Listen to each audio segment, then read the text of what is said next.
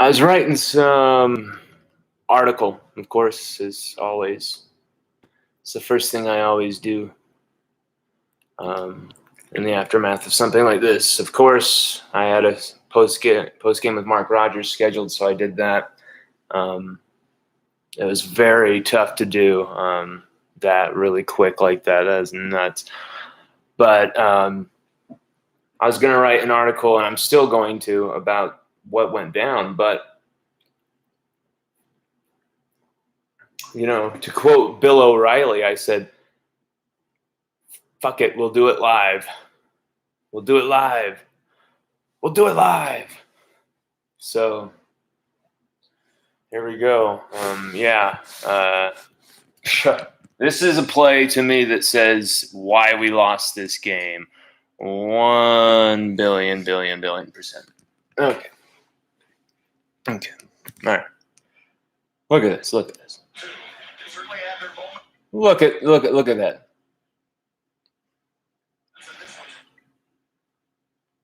Ollie Gay gets sucked in, gets pushed in, creates that hole. That linebacker is running away from the play. And then Eli Ricks is running away from the play as well. Todd Harris misses that tackle. He actually runs into Eli Ricks. Derek Stingley Jr. misses the tackle. I got to go from the beginning of that play. Okay. We just got to see this again. This is just, there's so much going on here. It's like, what the hell? This is like the opening of Saving Private Ryan. This is, once again, this is absolutely not how you play defense. My God. It's like, okay, hats on LSU guys. Immediately there's attrition. Right there. If I can't really tell if that's Brown or Charbonnet. I think that's Charbonnet. If I'm Zach Charbonnet, I'm going, my God, that's a touchdown for me, huh? Just everybody gets sucked out of the picture. No one knows where it's going. Todd Harris, my God. Let me get those captions off. My God. Chelsea always puts those on.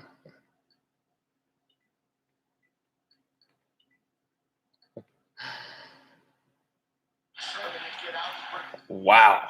I mean, there's guys out there who have no business missing tackles, and they're missing tackles. To me, that's just a very definitive play of what went down. Okay, check this out again.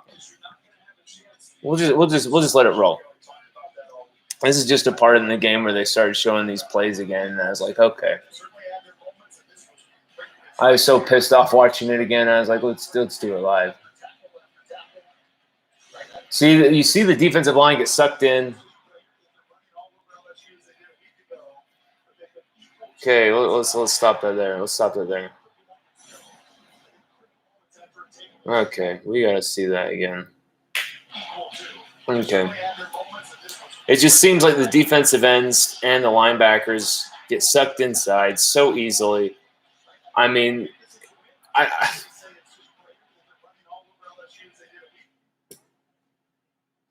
immediately, DTR even has this right up the middle. And I don't think Damone Clark would even be there for that. Yeah. You see, okay. For me, if I'm DTR, I'm thinking I'm just going to run it, right? And then bam. Just no. He tests Navonte Strong on that play to see if Strong can stop him, and Strong was not even close. Navonte Strong was exposed in coverage on that play. What can we say? We're not trying to dog on the player, but that's just the truth. I'm shocked here watching it again. It's just DTR just sees it and just unloads. He's like, you know what? Head full of steam. I'm thinking scramble, right? No. Boom. This isn't the same old UCLA. He bullets that straight at – who is that again? Is that – no, that's not Dulcich. That's I can't tell who the hell it was. But, man.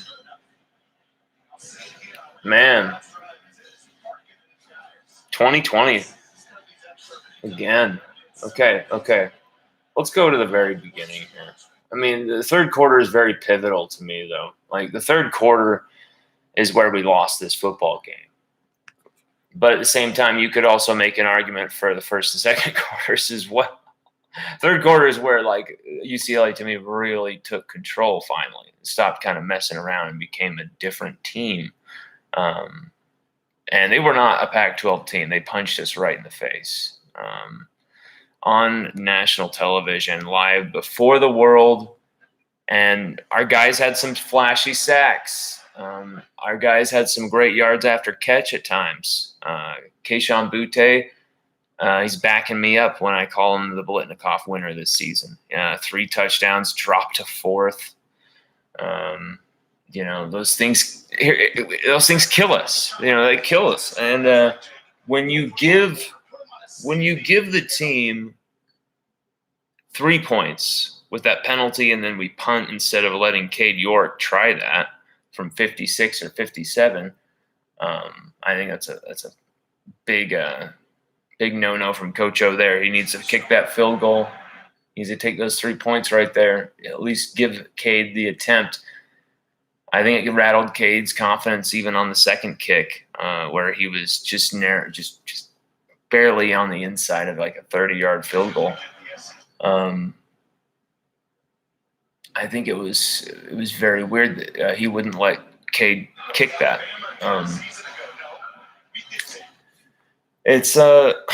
LSU started interestingly on offense.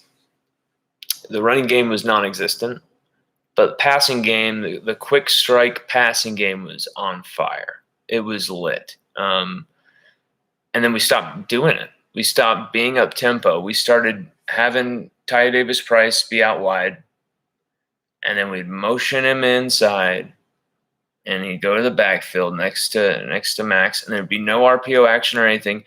Ty would immediately be in max protect, no pun intended, and just like a 6 offensive lineman, and he was doing his job fine, but it doesn't help your team. It just makes you sitting ducks. You got to have Ty escape and go underneath for little routes where there is a bunch of space. Frankly, if you watch, Max is not the reason we lost this game. Max Johnson is not the reason we lost this game.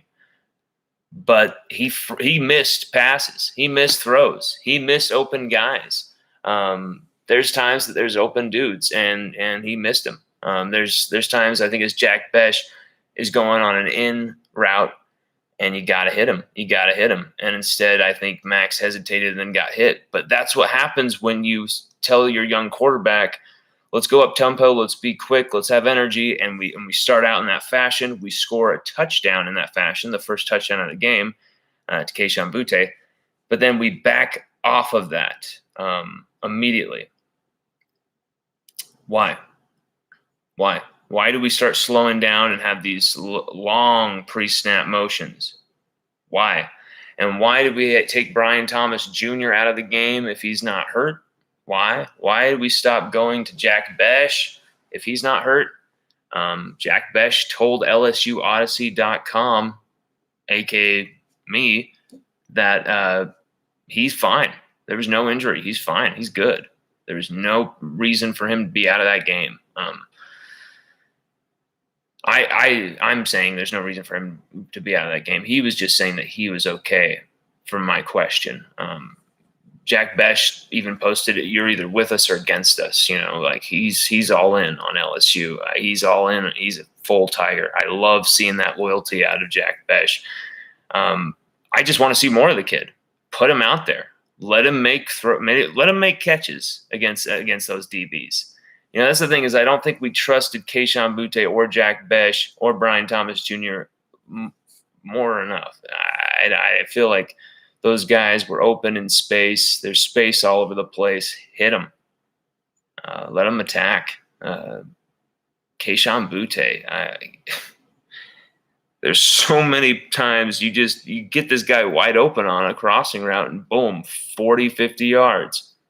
Even Dre Jenkins was getting these crossing routes and was gone for 40, 50 yards.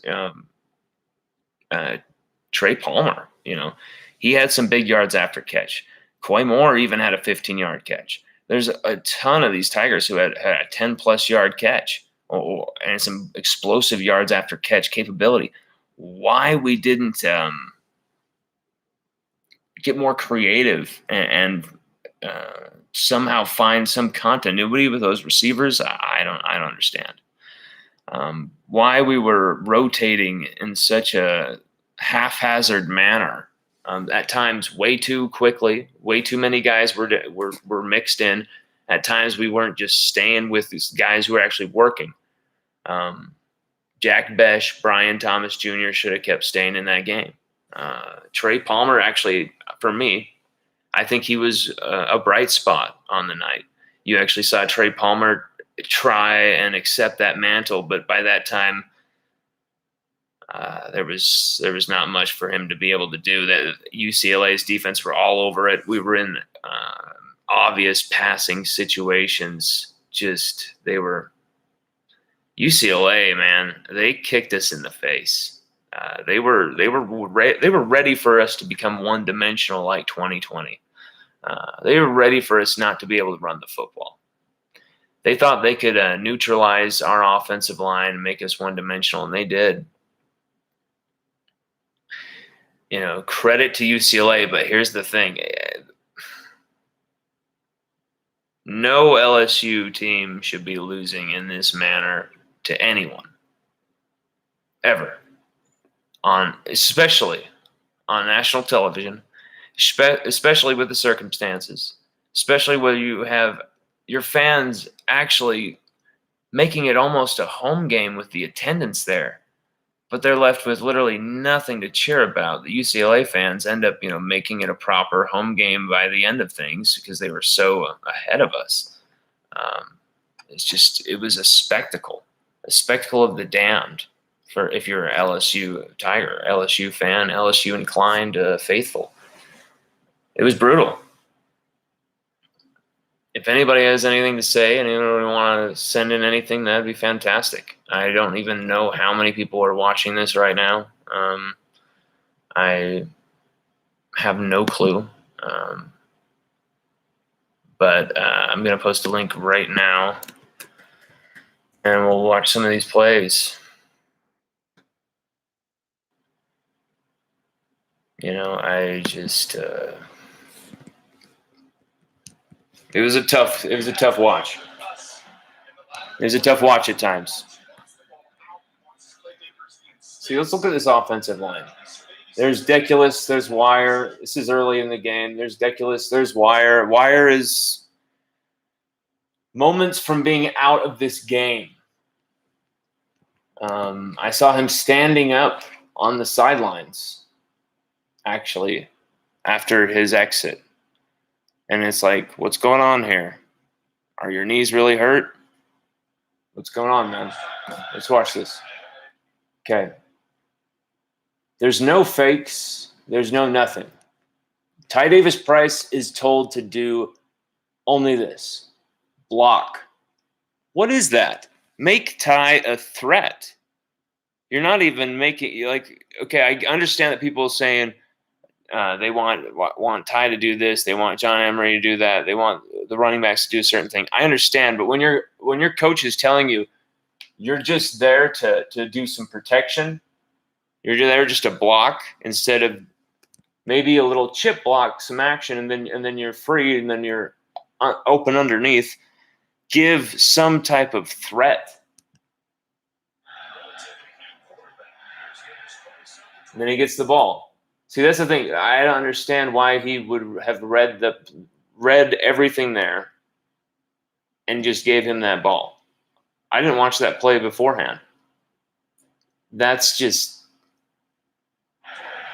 a bad read right there in the RPO game. We'll put it that way. If that's an RPO action right there, that's horrible in design. I don't even know what that is.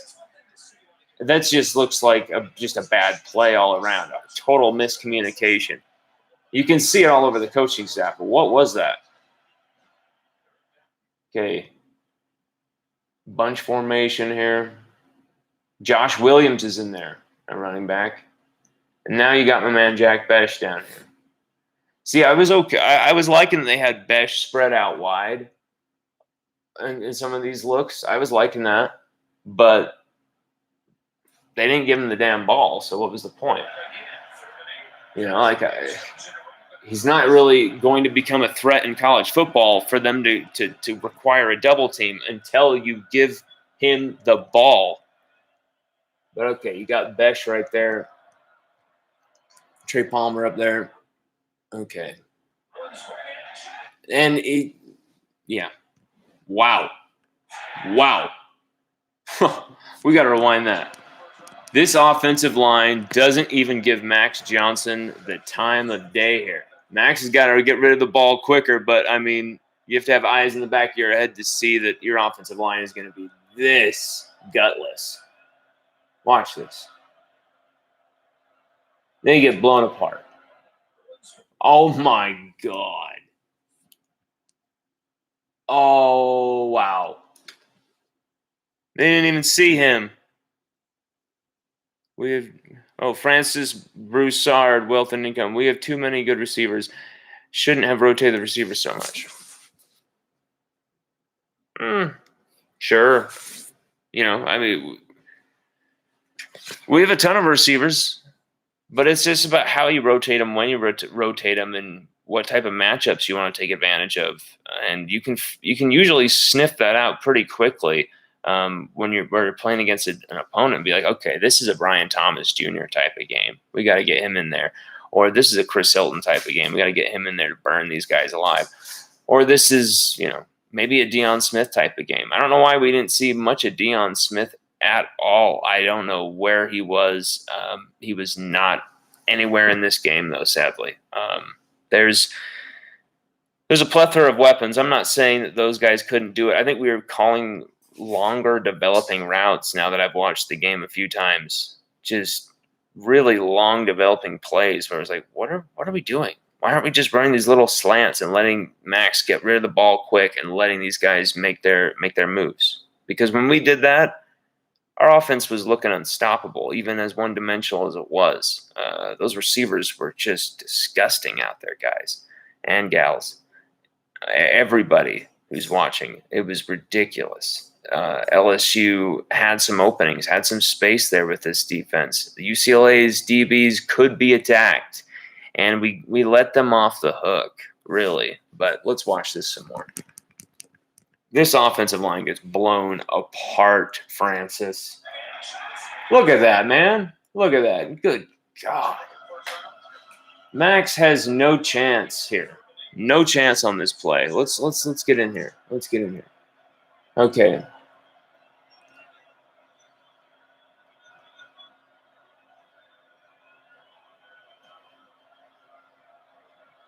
You got Bradford at right guard. You got that was Ed Ingram and Cam Wire's fault. Wow. That is shocking to me. That was Ed Ingram's fault right there, guys. What's going on here? Sorry, laundry fell out. Look at this. Look at this. Oh, Ed. He didn't even see him. That's bad. Ed Ingram's our guy on the offensive line. He didn't even see that coming.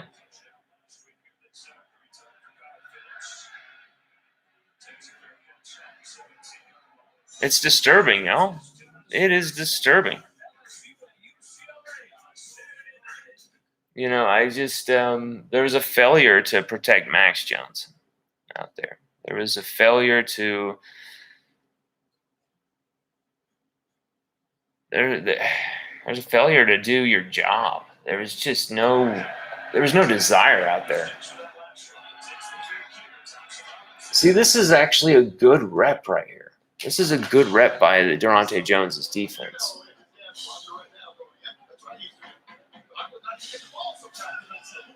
I believe there is back-to-back good reps here by this defense. See, let's watch what they do right here. Okay, see, they keep everything in front of them. They stay narrow, but they don't let them get beat to the outside. They all are right where they should be. And just by virtue of being where they should be, they're there all to pounce on that play, basically. Watch this.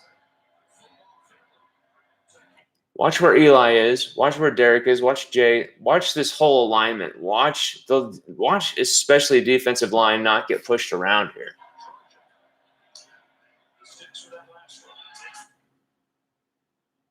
You know, Roy, he's in there just bulldozing shit. Damone Clark, just let him attack the line of scrimmage. If he has to be in there so much, which is just a horrible decision to have him in there, then why isn't he just attacking the line of scrimmage and getting that double team? Because if he gets that double team, look at that. Look at that. That's where the line of scrimmage is. He's going to get destroyed. LSU are going to have a negative play on defense almost every play. Look at that. Just too easy. Damone finally gets off a block right there. Like, that's a play where it's like, how come we're not doing more of that? Why are we losing our shit just because they call a motion? Watch this again. Watch this again. I really want us to imprint this in our brain. This is how good this LSU defense could be if they wanted to be. Look at that. There's alleys to the quarterback. Maybe this isn't the best rep from the UCLA offensive line, but I think this is just a play where LSU actually does their damn job for once. You know, and it's a good play by the LSU defense. I believe there's a back-to-back good plays here as well. So you got Micah Baskerville in there. You got Damone Clark. You got Navontek Strong as your three linebackers. Okay, so it's very 4-3. Very 4-3 in nature. Very 4-3. Okay. I probably need to turn down the volume or they're going to, like, shut me down and copyright me. Yeah, don't kill me. We're still moving in. Still got a ton of stuff that we need to get. It's been pretty crazy. So, yeah, we're missing a few things moving in here, but we are close to having it all. We can feel it, and we're enjoying the new place. It's freaking awesome, but we'll have to do with this TV until we can get the other one out of storage. But everything is good. Look at this, okay? Look at this. See? That's a great play by the LSU defense. I remember this. Yeah, I remembered correctly. These are, because it was so rare, these are the back-to-back strong plays by the LSU defense. And another thing, I got to just say it right now before I forget it, because I saw his number. Cordell Flott, you had one of the best games of any defender out there for LSU. You had a nice, awesome pursuit where you smashed DTR out of bounds before he could get a first down. Very awesome play. And then you batted down a pass, had some good heads-up plays. Cordell Flott, you had a damn good answer game, my man. Only, I believe, one target, but still, it's confidence for Cordell Flott. I hope he keeps proving the doubters wrong, and good on Cordell.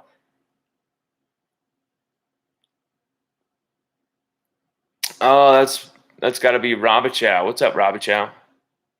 What's up, my man? Yeah. This team got to do it fast, man. This team got to do it fast. You know, let's see here. Oh. You know, it was a tough week. It was a really messed up week for a lot of people around LSU. Look at that. See, that's Damone Clark kicking some ass. You know, Damone can do it. It's just we're putting him in positions that aren't for his best strengths. I mean, he was really good as an outside linebacker in a 3-4. Trying to make him into a 4-3 linebacker, especially having him play middle linebacker, I don't know if he can do that. He doesn't have the cardiovascular stamina to get, to really make up that type of ground.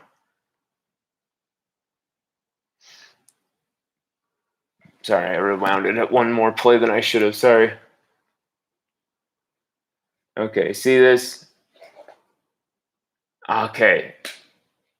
See, I love it. I love it.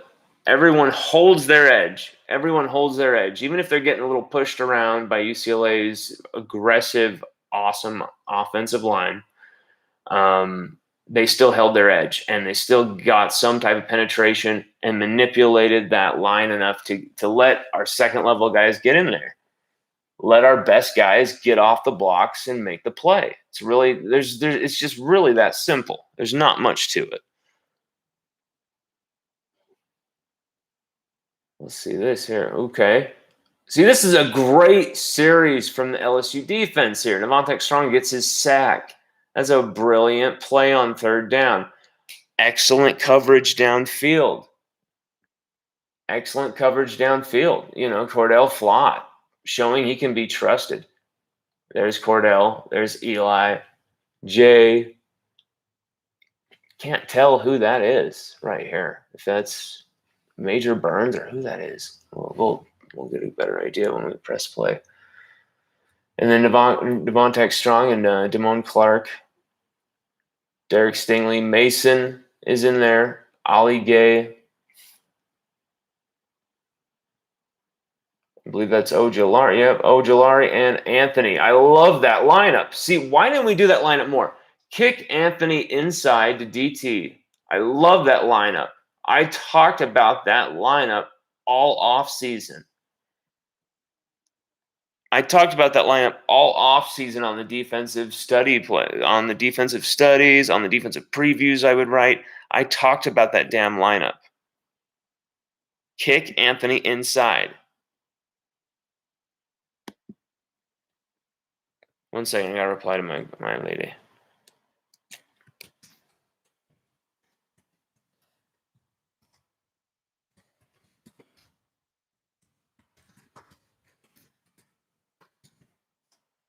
Yeah, we did not. Oh, it's Major Burns back there. Okay, it's Major, as expected. Major, and then you got Jay to the right, kind of in this double free safety look. Devontae Strong, Damone, who is still suspect to me. I'm still just. He had his worst game in LSU uniform, I think, yesterday because it was just the same stuff again. But you got Cordell, who is a faster player. You got Eli, Derek, and then I love this lineup. I talked about this lineup all offseason. You got Mason. You got Anthony kicked to defensive tackle, but they're kind of like split. I love it. I don't know the football terminology for this exact lineup where it's so just there's no, it's very just far wide, just trying to put as much pressure on that tackle as possible, bend those guards as far as possible. Football, people don't understand. It can be a very cool, unorthodox game if you mess with it and get creative. It's really, look at it. It's really about making these guys messed up of, oh, shoot, where are these guys coming from? So why not put them in the weirdest places possible? Why not? Let them attack from the most acute angles. They can do it, especially someone like B.J. Ojulari, and these guys can't defend it. Use their athleticism to our strength, but yeah. See, like that. I love the pathways of their rushing. Even though all of them really didn't get home there, there was, for once, a linebacker there to make a play. How did Devontae Strong make that play and so many other linebackers couldn't, including himself, later on in this game? How? Why? Very simple. Watch Devontae Strong right here. Reads, reacts, stays home, takes a chance, takes a risk, but makes the play. He doesn't wait for DTR or Charbonnet or whoever to come to him and attack him. He attacks, makes the play. Watch him. He doesn't That's just brilliant. He doesn't get sucked over there too far by the running back. He stays in his assignment. He stays in his zone. The running back comes his way, and the freshman kicks his ass. The freshman deletes him. He gets his first career collegiate in the Division I level stat for a sack. I love it. All because he's doing his job. He helps Ali Gay. There's someone there to help. Once again, Ali Gay's got to finish DTR, though. Ali Gay's got to finish him.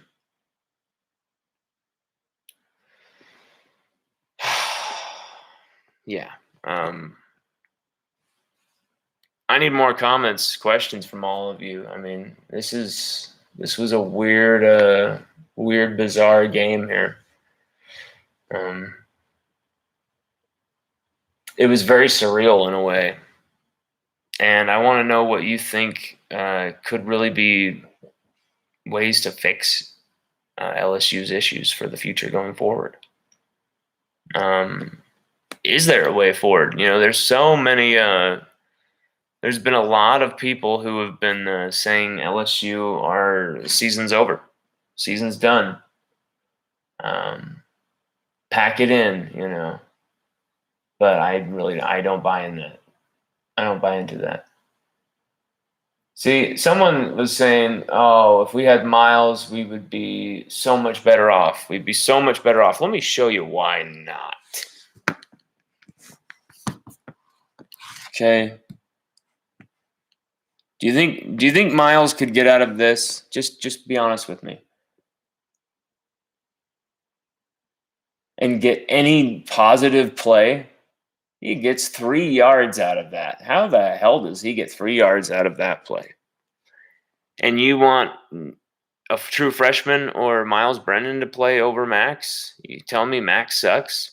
He almost gets destroyed. His offensive line is absolutely blown up almost into his legs, and he still gets 3 yards out of it because of his athleticism when he's completely covered out of the play. He made some mistakes. He missed some passes. He missed some throws. He missed some guys that were open. He held on to the ball way too long. But this loss is not on Max Johnson. LSU were actually given a chance because of Max Johnson. See, wow. You know, Devontae Lee, though, this is his only target of the game, I believe. I charted the game, and I believe this is Devontae Lee's only target of the game. See, this is a play where it's like, just make something positive happen. Get us 5 yards, pull that in, take a hit. It's like some of these receivers were like, oh, that pass is a little too strong for me. That pass is a little too up high. It felt like there was a few drops from some of these receivers that I just didn't like. You gotta help your quarterback out there. You gotta help your quarterback. There was some like the Trey Palmer one in the end zone where it was clear behind him, where the pass was way behind him. Yeah, that's not on Trey. That's not.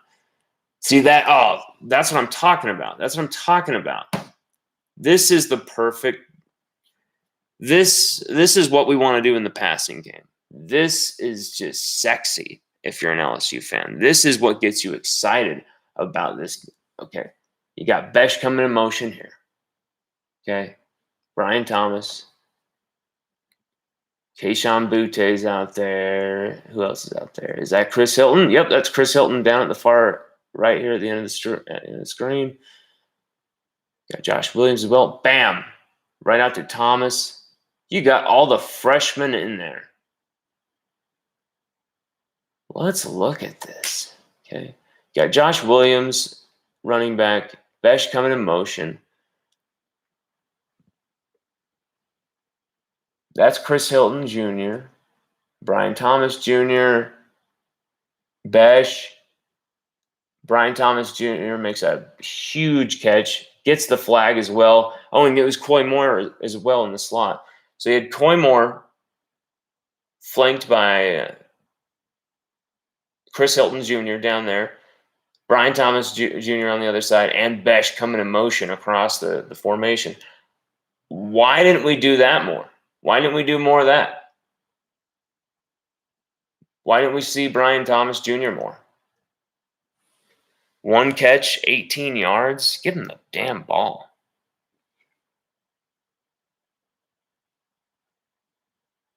Francis Broussard, Wealth and Income. I don't know much about football. The things you point out seem common sense. So why can't the coaches see it? They get paid over $1 million and can't figure things out. You know, Francis, I got to be honest with you. Sometimes there's things like politics that just play into it. Guys play favorites. They play guys that they trust, that they have deep love for, and sometimes that gets them into trouble. Sometimes they play the wrong guys, and sometimes they're afraid to pull the trigger when they want to pull somebody out. I cannot believe Damone Clark did not come out of that game. I remember telling a bunch of people saying it. You know, say what you want about Durante Jones and his inability to, and his inexperience or whatever, but you know, this guy, if someone's not doing what he wants or how the way he wants it, he has no problem pulling them out of the game. Well, I was wrong. It seemed like he has a big problem pulling people out of the game because Damone Clark played more football than any human responsibly should, and it's not like he's the Walter Payton of defense. Okay, we don't have Patrick Willis out there. Okay, why is this guy playing every snap? I don't understand it. He's not the second coming of Devin White. At least we haven't seen that yet. Yes, he is number 1 in the SEC in solo tackles with 8. Yes, he is number 1 in the SEC as the SEC leading tackler, Damone Clark. Yes, but the tackles are 15 yards down the field. And no, it isn't all just on Damone. People are all putting it on Damone. People are all putting it on one guy that they just want to go after. Their least favorite. It's not that cut and dry. You saw Todd Harris missing tackles. You saw Major Burns miss 3, including a very embarrassing tackle on the first touchdown by UCLA, which is a play we got to get to. We got to get to that play because I can't believe it. But that, Max, he was getting shots in the ribs every play. Look at that. Look at this. We got to get the Max cam. Okay, look at this. If you're not going to do the film study, I'll do it for you. See, watch this shit. Watch Max. You're telling me, Miles Brennan would have had a better game than Max? Watch this.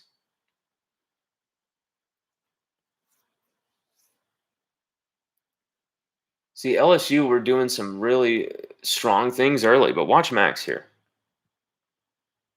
Boom.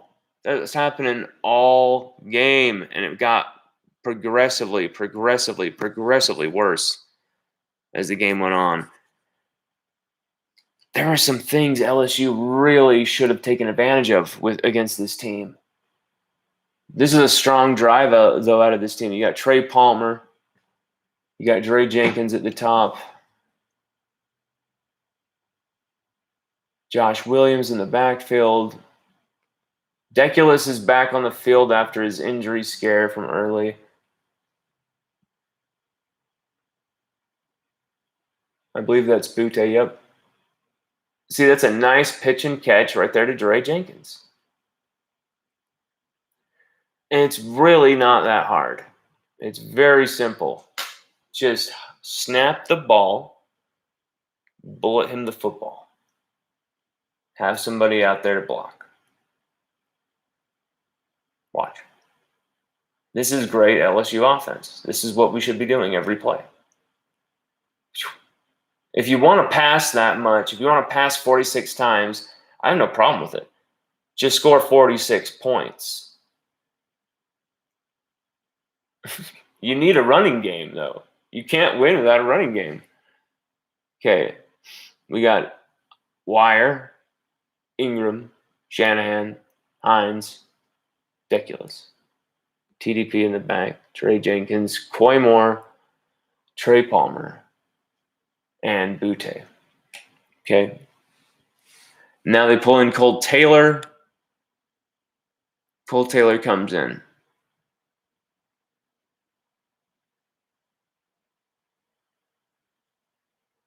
Why wasn't this play a touchdown?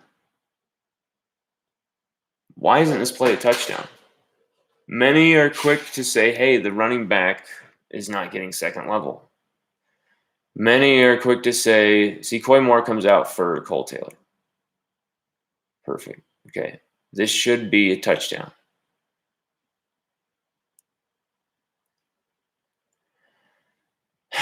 Guys, I got to say, Ed Ingram had a bad game. What is that?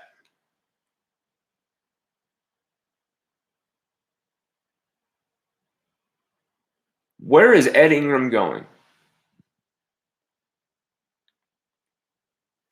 Watch this. Watch Ed Ingram here. What is going on here? Cole Taylor is like forced to go after like 3 people. Cole Taylor's like, shit, I'm pulling all by myself. What the hell is going on? Ed Ingram's supposed to be here sealing off this edge with me. Oh, what's going on? And that's the play. Oh, that is the play where Ridiculous goes down. Okay, wow. Oh, Lord. You know, that was just... There's some of these plays where I can't believe what some of the offensive linemen were doing. I don't want to make it all like on one phase of the game because this was a team loss for sure. But my God, there's some easy things we can do here as an offense to win these games. And we lost to UCLA in embarrassing fashion.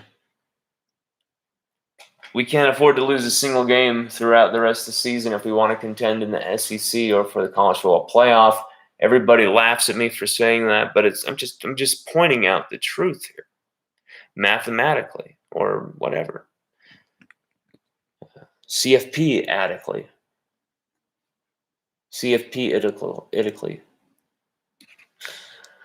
All right. Well, I mean, after this, I think LSU will probably drop it to number 23 or something like that. We'll be lucky if we're even in the top 25. See, that is just okay. Okay, that is just bad. You got Charles Turner, Chasen Hines, Liam Shanahan's at center.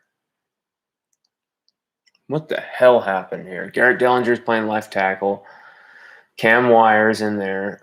There's a very jumbo formation. Charles Turner, Cole Taylor, Kayshon Boutte, Coy Moore. TDP in the backfield. Okay. What is going on? Immediately, this play has no chance for success. Watch TDP. He knows the only way he can go immediately the second he gets that ball is he has to cut it to the right. And he does so, and he still can't get there. You know why? Because nobody else did their effing jobs. Watch this.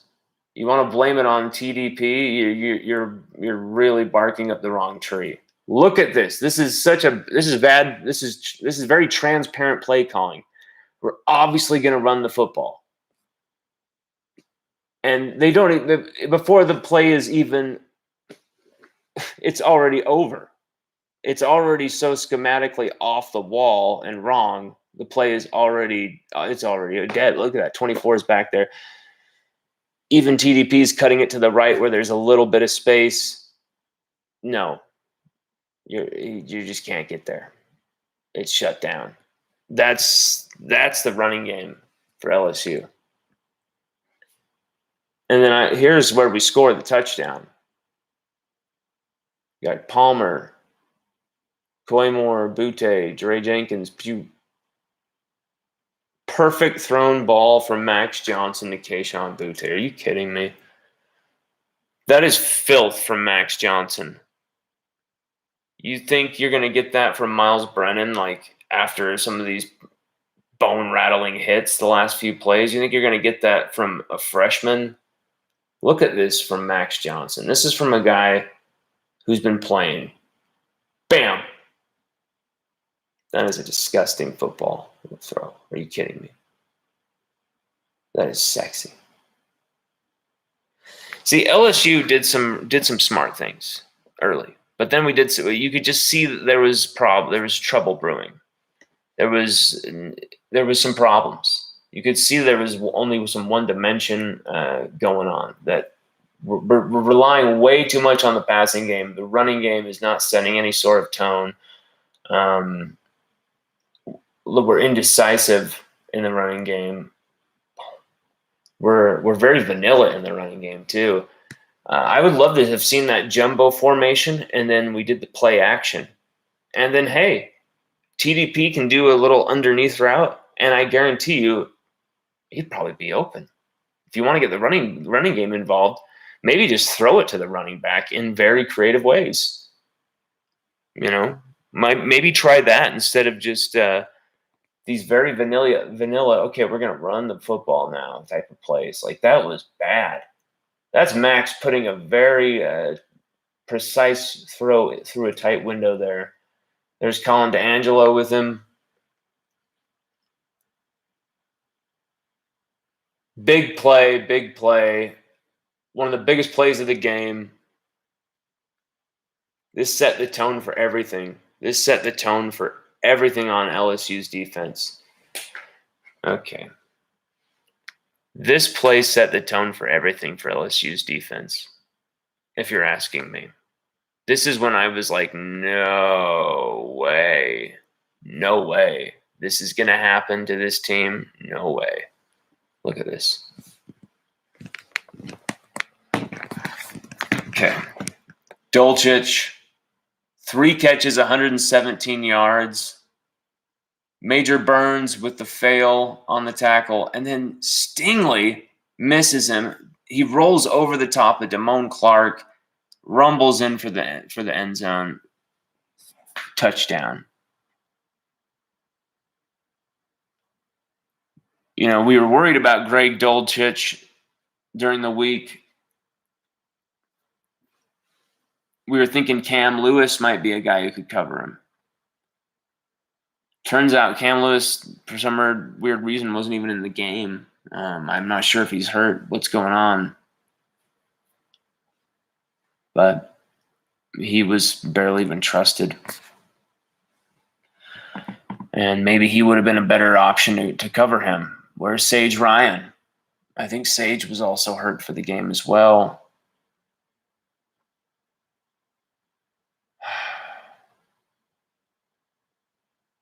It's a shame. I don't know how. I mean, you just let UCLA do that to you. They totally let UCLA know we're playing 2020 LSU here. Watch this. This is awful. And here's the thing. I want some physicality from the defensive end to just at least destroy this guy the second the ball is snapped. I know he gets a free release. Watch this. And then the linebackers, my God, too. Yeah. Look at that. No one gets a hat on him immediately. And he just goes, yep. Everyone is watching.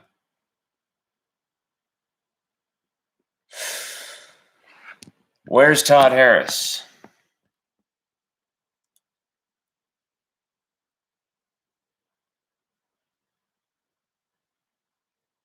I mean, oh my God. Some of the tackling was just god-awful.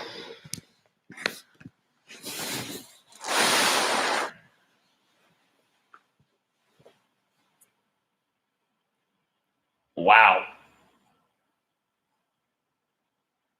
Unbelievable, LSU fans. LSU Tigers fans, we had seen this all last season. We thought, surely this will be the end of it. Right? But no. And it's even more obvious to me. These defensive ends, they may be skilled at rushing the passer. Anthony Ojulari and Guy all wrapped up with a sack in the first half alone, I believe. But they're extremely vulnerable in the running game.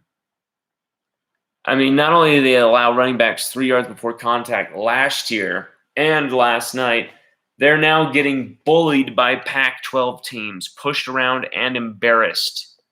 These are NFL guys.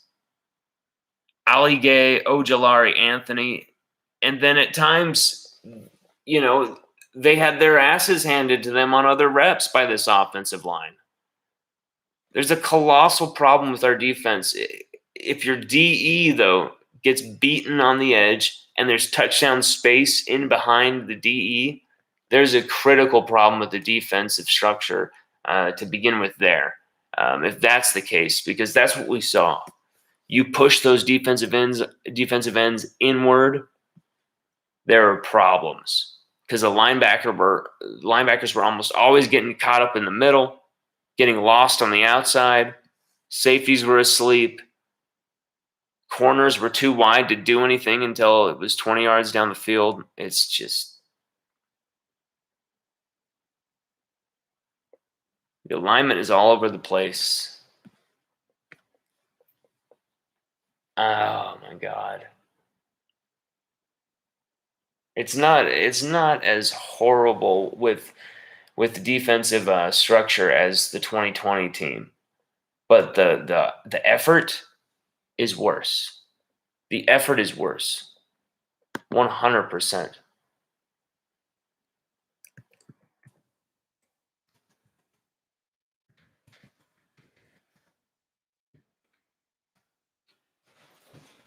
It's just it's been disgusting. 1 second, I'll be right back. I cannot believe what we've seen from this team. After 2020, you'd think there's no way LSU is ever going to fold over like that defensively in a game again. Never. And yet they did. In a very awful, awful, awful manner. I mean, it has left people speechless. There's so many times I'm just like, I don't even know what to say about this team. Because where is this team going? Where is this team going? I predicted this team to lose 2 games, but I also predicted this team to win more than 10 games. So, which LSU is this? Is this 2020 LSU? Is this even 2018 LSU? 2018 LSU looks damn good right now, if you ask me. We didn't get embarrassed by Georgia when number 2 Georgia came to Death Valley. We put the foot up their ass there, then and there.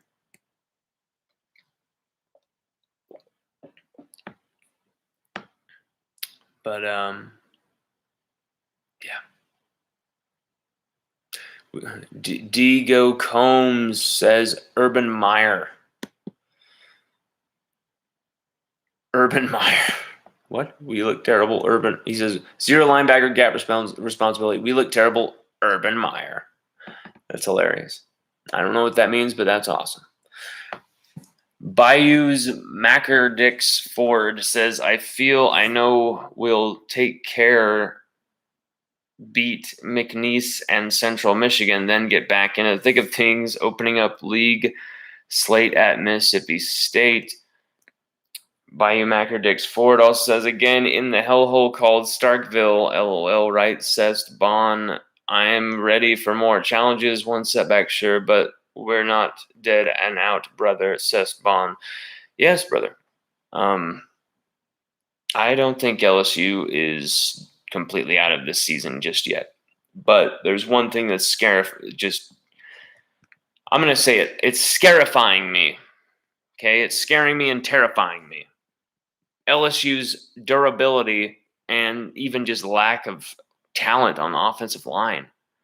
It is terrifying me. You saw them getting blown off the line. They were using different combinations of guys. You saw Anthony Bradford in there. You saw Chasen Hines in there. But Cam Wire doesn't look durable. He doesn't look fast enough. He doesn't look ready to play as a left tackle in the SEC, which is shocking to me. I backed Cam Wire, and now I look like a fool. That's the thing that really gets to me about some of these things, is because you really want to back their talent because they're showing up so much against their own teammates. And then when they play against another team, they're just nowhere to be found. It's very weird. And I think it's all mental. I think this goes beyond what people can predict or analyze or what people can say about a team. It's all about what the team wants to be. It's nothing I can do for LSU. It's what they can do. This team needs to figure it out. The fans traveled completely across this country after they lost many things in a hurricane, including a few lives, many homes, power for months, gas going out. Lines of gas are so long, people have been shot for butting in line. There was a story about that happening. It's getting crazy. I mean, the people of Louisiana have been through so much. It's ridiculous. And these fans still traveled across the country to be there for the Rose Bowl game, to cheer on their Tigers. And LSU, the players let them down. The players let them down. And there were a lot of former Tigers on that sideline who were let down as well. Innumerable Tigers were there. And they were all let down by this team's performance because it was win or lose to this Chip Kelly UCLA team. If this Chip Kelly UCLA team are a lot better than anyone else thinks, great, fine, whatever. But you never lose like that. You never lose like that with your quarterback getting his rib cage smashed so much that I'm having to just worry and pray that this quarterback isn't hurt after one game. I mean, we have to start calling plays where Max can get the ball out faster. Just call those fast, quick strike, just quick strike bubble screen plays every time. I don't care. In those little slants and crossing routes, they cannot stop it. The opposing defenses cannot stop our receiving core on the crossing routes, on the slants, on the bubble screens. They can't stop those guys from getting 7 to 10 yards a clip every pass. Max has the perfect arm to throw those plays. We need to call those plays almost every damn time. These slow developing routes, all this junk, all this these motions for completely unnecessary motions, completely unnecessary movements, and then you snap the ball. It's getting your young quarterback confused and thinking way too much about things that have nothing to do with what he has to execute on the play itself. That's the thing that really bothers me, is it's not confusing the defense. It's confusing your quarterback. I want to point to a factor no one is talking about that I think has cost LSU this football game. I don't think maybe Coach Ed Orgeron's a person to blame for this loss. I think his new staff is. You know why? His new staff haven't been through the hurricanes like many of these LSU players have. Local Louisiana natives who've been through hurricanes before and know everything that goes along with that. These new coaches had never been through that. Some of them are leaving their families behind, freaking out, or maybe they took them with them and just the travel and all that stuff and worried about their homes in Louisiana. I think that greatly affected our new coaching staff, our younger coaching staff as well, and our coaching staff who pretty much for the most part all have families. They're with them and kids. I think that is a factor no one's talking about, and I think it affected our new coaching staff. You could see it. there's a shakiness to the play calling. There's a shakiness and kind of dry, vanilla, the quality to the creativity there. There wasn't very much mix or matching and creativity going on, and it's a shame to see. There's so much talent on this team. This team really should have kicked UCLA's ass. But I only picked LSU to beat UCLA by 10 points, and many people were challenging me on that. How can you only say LSU by 10? That's blah blah blah. That's making LSU look bad. That's not good. And I'm saying, you know what? LSU will probably be really sloppy defensively in week 1. Even if they are going to be a great defense this year, they'll probably still be sloppy on week 1. I was right. They were not only sloppy, they were horrible, and I was wrong on that. I was wrong on a lot of things with this team. My God. A lot of people were wrong about this team in a lot of ways, but they still have time to change things and to figure it out and to improve. But when it comes to areas of concern like the offensive line, how much can they improve, really? How much really can they improve on the offensive line to help this team? I don't think much at all.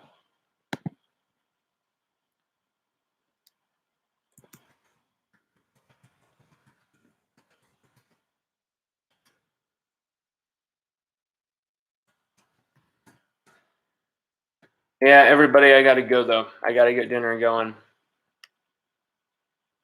I don't think there's really too many people in here watching, but if you were, thank you for watching. Very, very crazy. Look out for my article coming very soon here from LSUOdyssey.com. Watch the postgame we did with Mark Rogers.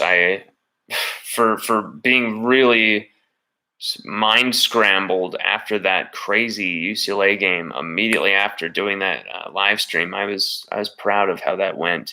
But I got to get dinner going. My lady needs me. I got to go. Everybody, have a good rest of your night. Try and get into something positive in your life. Doesn't always have to be about football or sports. And try and ease your mind about this win. The Tigers will live to fight another day, and I don't think this team's going to go out quietly. This team are better than that. If this team become another 2020 reprise, there's big changes at LSU that need to come. That's all I'm going to say. If this team pulls another 2020 and they really go down that road again, people need to lose their jobs in certain positions because the arrogance, it needs to stop. Thinking you're bigger than certain entities, it's got to stop. This thing of secrecy and stuff like that, it's got to stop. There's just this. You gotta figure it out. LSU's got to figure it out. Go Tigers! But wow, it was a bad day to be a Tigers fan. But I hope everyone who went out there got home safe, enjoyed their trip, had a hell of a time out there, at least in the LA weather, and go Tigers still. It's always going to be go Tigers. Tough day. I don't cut throats like a lot of people, but man, there are some people who deserve blame. There are people who played horrible, who were frankly a disgrace to the uniform. But I think those coaches know what adjustments need to be made, and they have no choice but to make those adjustments. Go Tigers! Have a good night, everybody.